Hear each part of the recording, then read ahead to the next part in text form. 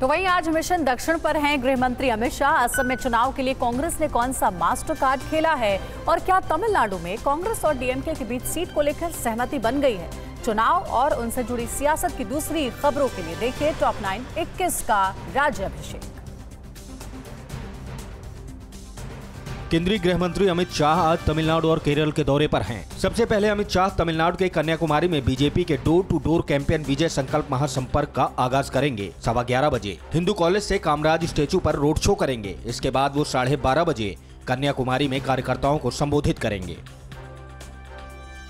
Mission दक्षिण में आज तमिलनाडु दौरे के बाद अमित शाह केरल पहुंचेंगे। केरल दौरे में अमित शाह तिरुवनंतपुरम में आज शाम 4:30 बजे श्री रामकृष्ण मठ का दौरा करेंगे। इसके बाद वो तिरुवनंतपुरम में शाम 6 बजे बीजेपी की विजय यात्रा में भी शामिल होंगे। सूत्रों के मुताबिक तमिलनाडु में डीएमके और कांग्रेस में गठबंधन का ऐलान जल्द हो सकता है। राज्य में डीएमके कांग्रेस को 25 सीटें दे सकती है। तमिलनाडु में डीएमके और एमडीएमके के बीच भी सीटों को लेकर तालमेल हो गया है। एमडीएमके और डीएमके 6 सीटें देने को तैयार हो गई है। राज्य में विधानसभा की कुल 234 सीटें हैं। असम विधानसभा चुनाव के लिए कांग्रेस ने 40 उम्मीदवारों की पहली सूची का ऐलान कर दिया है। कांग्रेस राज्य अध्यक्ष रिपुन बोरा गोहपुर से मैदान में हैं। वहीं नेता प्रतिपक्ष देवव्रत सैकिया नजरिया से चुनाव लड़ेंगे। 126 सीटों पर होने वाले चुनाव के लिए कांग्रेस ने आईयूडीएफ, बीपीएफ, वाम दल और आंचलिक गण मोर्चा के साथ समझौता किया है।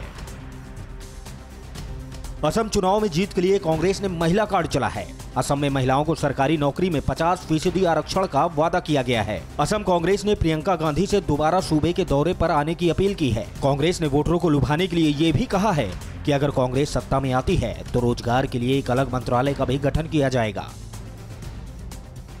असम साहित्य सभा के पूर्व अध्यक्ष परमानंद राजवंशी एजीपी छोड़ बीजेपी में शामिल हो गए हैं। परमानंद राजवंशी बीजेपी के टिकट पर सीपाझर से चुनाव लड़ेंगे। वहीं एसीएमएस महासचिव रूपेश ग्वाला भी बीजेपी में शामिल हो गए हैं। ग्वाला दुमदुम विधानसभा से चुनाव लड़ेंगे। पुदुचेरी में चुनाव से पहले 9 करोड़ का गोल्ड मिलने से सियासी हड़कंप मच गया है। करीब 18 किलोग्राम सोने के आभूषण जब्त किए गए हैं। पुदुचेरी के माहे इलाके में पुलिस ने चेकिंग के दौरान सोने के आभूषण जब्त किए। पुलिस इस बात की जांच में जुट गई है। ये पता लगाने की कोशिश की जा रही है कि कहीं ये सोना चुनाव में इस्तेमाल तो नहीं होने वाला था। पश्चिम बंगाल में चुनाव के दौरान हिंसा की आशंका को देखते हुए सुरक्षा एजेंसी चौकस है। बीरभूम के लंगहटा गांव में एक खाली खेत में 28 बम बरामद किए गए हैं। इससे पहले दक्षिण 24 परगना के रामपुर गांव में एक बम ब्लास्ट में बीजेपी के 6 कार्यकर्ता गंभीर रूप से घायल हो गए।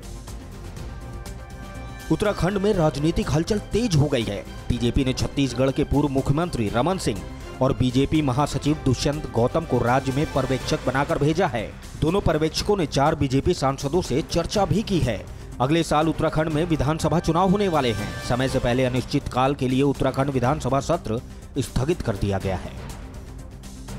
फिक्र आपकी, सोमवार से शुक्रवार रात 9 बजे सिर्फ TV9 भारतवर्ष पर।